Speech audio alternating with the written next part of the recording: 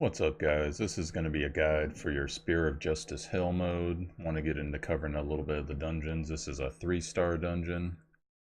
Let's go ahead and get this video started. This was broadcast on my stream a couple days ago. We were testing it out for the first time. For the loading time. So when you get in this dungeon, this first pack right here, the paladin in the middle, he's just kind of there to be annoying. It's actually those foxes on the corner there.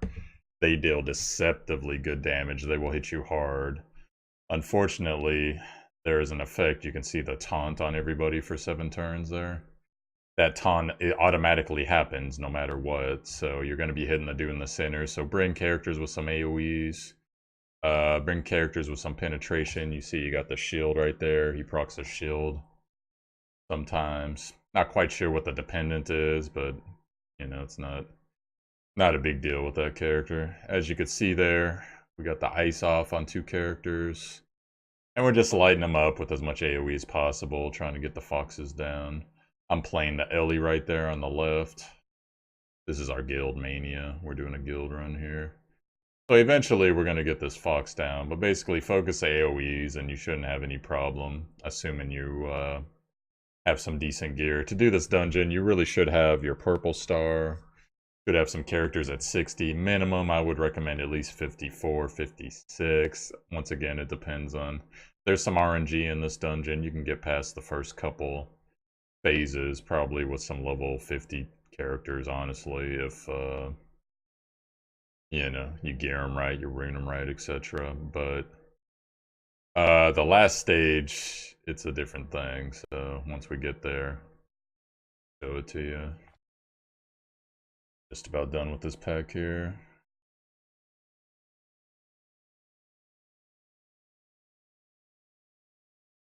And there he goes. Alright, so then you're gonna get the phase 2. Phase 2, luckily, doesn't start with any type of debuffs like the taunt in phase 1 there. So the girl on the left, she does lots of damage. She's a damage dealer here. Little rapier thing, and she has lots of counterattack. She buffs her own counterattack, so... But you're actually going to want to focus the girl on the right, because the girl on the right's a healer. She also resurrects, so unless you have Seal Resurrection, you're going to have to kill her first. And she's also going to die twice, unless, once again, you have Seal Resurrection. So you're going to want to get the taunt off on the left character with your taunters, and you're going to want to focus the character on your right with your damage dealers. You got some AoE, that's great. I would actually recommend, once you get them to about half health or so, save your 2s and your 3s for the next phase, because the boss in the next phase is a mother, if you know what I mean. So just showing you some mechanics here. On the right, if you want to know what our team's built with, we got Esmeralda, or Esmeralda, I wish. We got Electra, really good tank, one of the better tanks in the game. Thor right there. Oh, I forget that character's name, but it's basically the sailor girl. Does a little bit of CC, has some freeze mechanic. Rune for crit. In the middle, we got our Zerker, Lifa. If 2 people go down, she gets a lot of damage, but she can also taunt, so if your tank's in trouble, she can semi-tank there for you. On the left middle there, we got Abel. Abel's a decent support, not top tier, but decent support. Doesn't have a resurrection.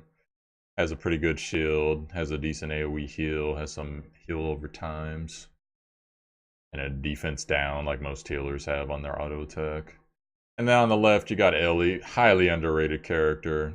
You really got to read her kit to know what she can do, but basically, she can put up brand, she can put up poison, she can put up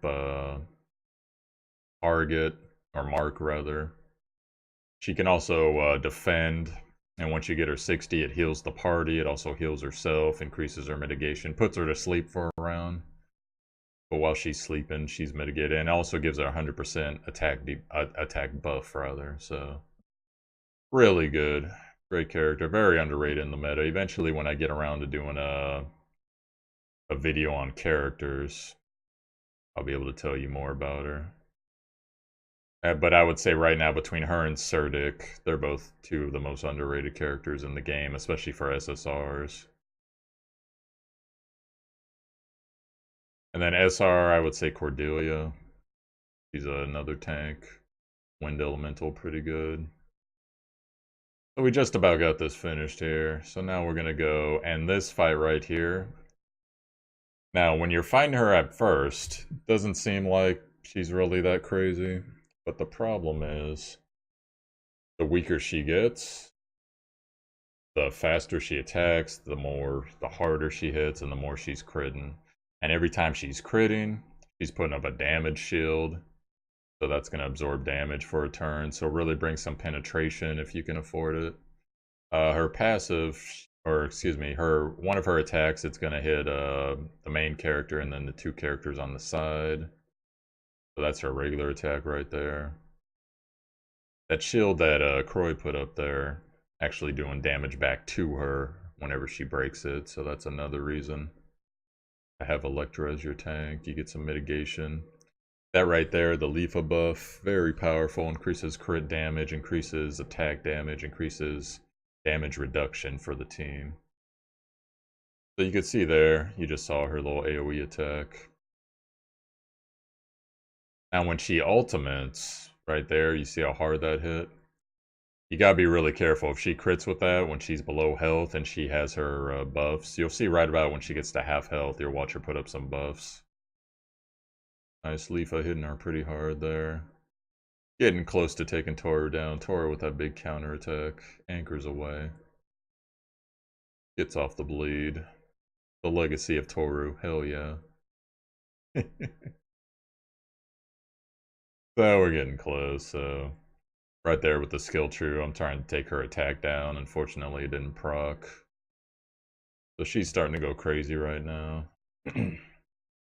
And just wait, the real fight's about to begin here.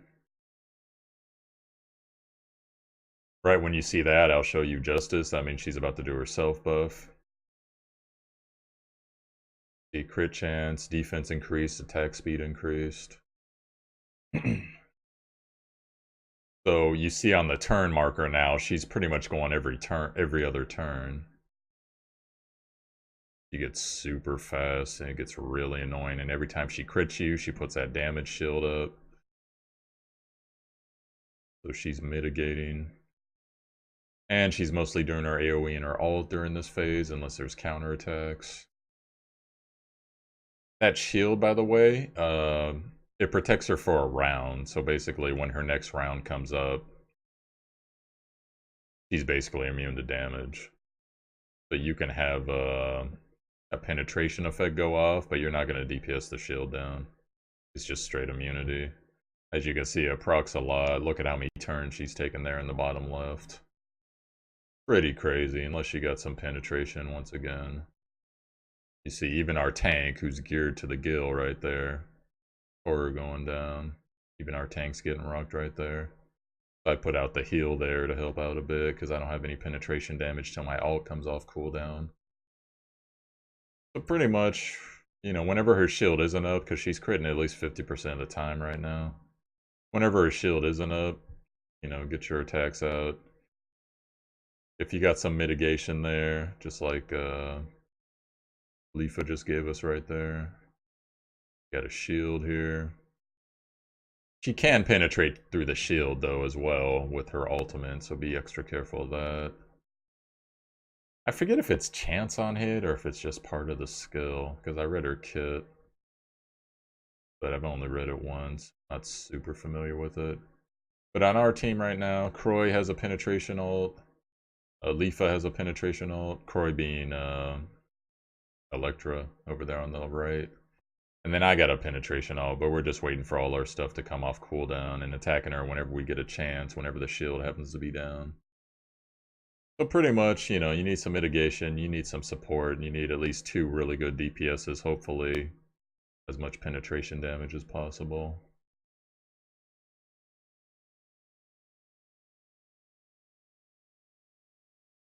Once again, too, if you die, there's a little mini game, like a little clicker game you can play, and it helps give Helps give the team a little heal. It's just 100 heal, but hey, anything can make a difference. Oh yeah, another thing. So that skill that she's using stuns a lot. You see Croy's always stunned there. I think it's a 50% chance. So don't be surprised if you get chain stunned.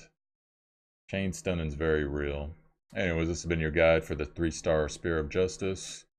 You kill her enough times, you can get her as a character. And then sacrifice her to your characters if you want for your 3rd and your 4th purple star. Alright guys, so take care. Farm hard, farm good, get fat. See you later.